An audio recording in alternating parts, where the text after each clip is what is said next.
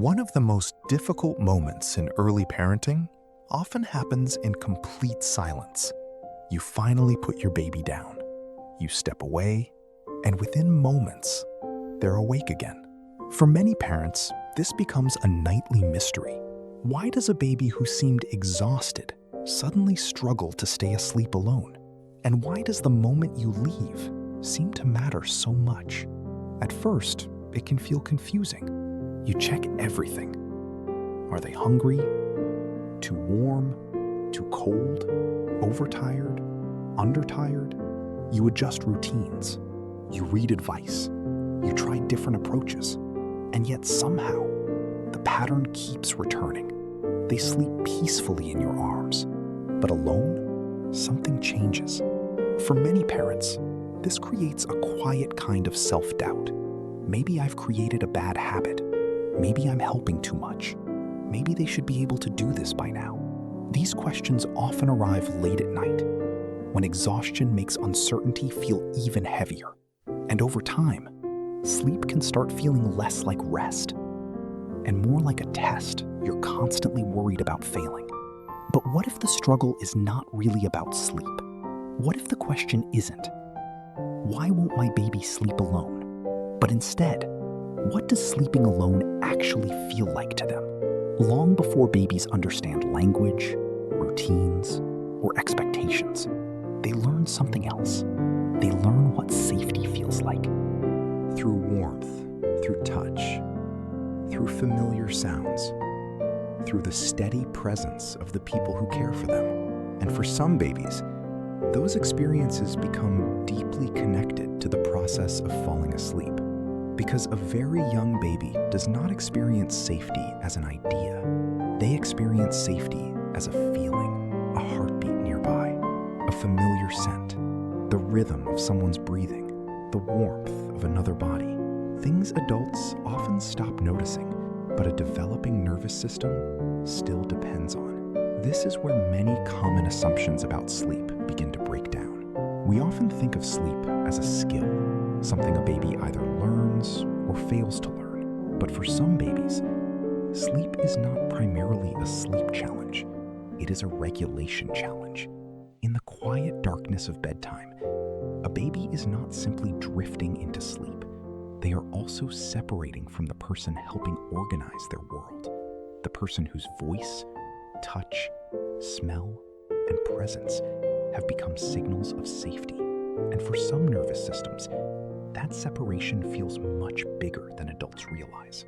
This does not mean something is wrong, and it does not mean a parent has created a problem. Some babies arrive in the world with more sensitive nervous systems than others. Researchers sometimes describe these children as highly reactive or highly sensitive, not weaker, not more dependent, simply more sensitive to change. Temperament also matters more than many people realize. Two babies can receive the same love, the same care, and the same bedtime routine, yet experience nighttime very differently. Some babies move through transitions with little difficulty.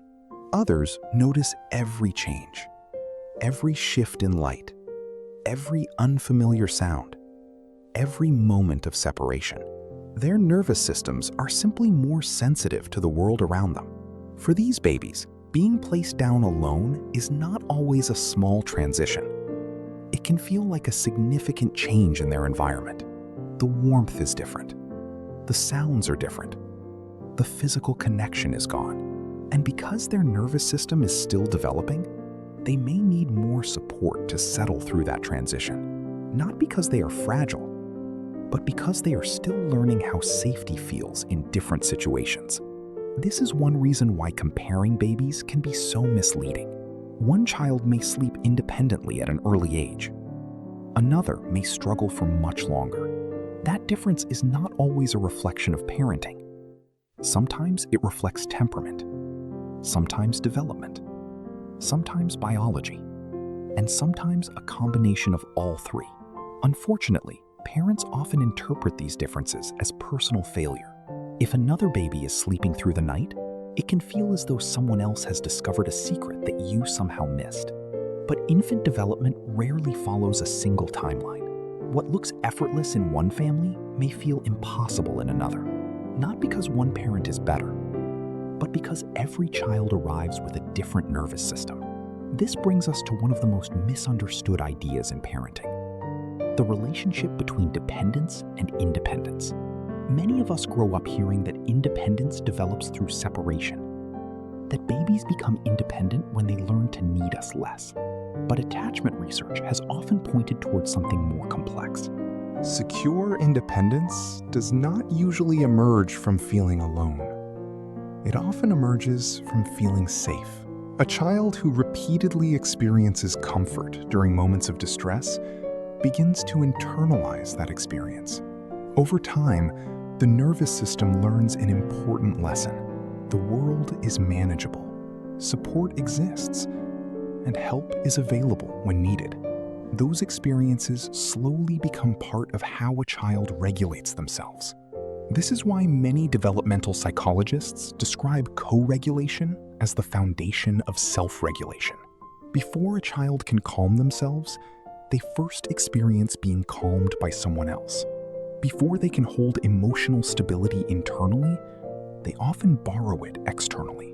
The journey toward independence rarely begins in isolation. It usually begins in connection. Of course, none of this removes the reality of parenting, because understanding why something is happening does not automatically make it easy. A parent can deeply understand attachment and still feel exhausted. They can understand nervous system development and still long for uninterrupted sleep. Both experiences can exist at the same time, and both deserve compassion. Many parents quietly carry a guilt that few people talk about. If they respond, they worry they are creating dependence. If they do not respond, they worry they are missing something important. They find themselves caught between conflicting advice, conflicting emotions, and an overwhelming desire to do the right thing. The uncertainty can be heavier than the sleep deprivation itself. Perhaps that is why this conversation matters. Because sometimes the most powerful shift is not changing a baby's behavior. It is changing how we understand it. When we move from asking, "Why won't my baby sleep alone?" to asking, "What might my baby be experiencing right now?" the entire situation begins to look different. A baby who struggles to sleep alone is not necessarily resisting independence. They may simply be expressing a need that makes sense within the limits of their development. A need for familiarity, a need for connection, a need for regulation, a need for safety. Needs that are deeply human from the very beginning of life. And perhaps the quiet reason some babies struggle to sleep alone is not because they have learned the wrong lesson, but because they are still learning one of the most important lessons of all: that the world is safe, that comfort can be found after distress, and that when they reach out for connection, someone is there. Not forever, but long enough for independence to grow from it. Thank you for watching.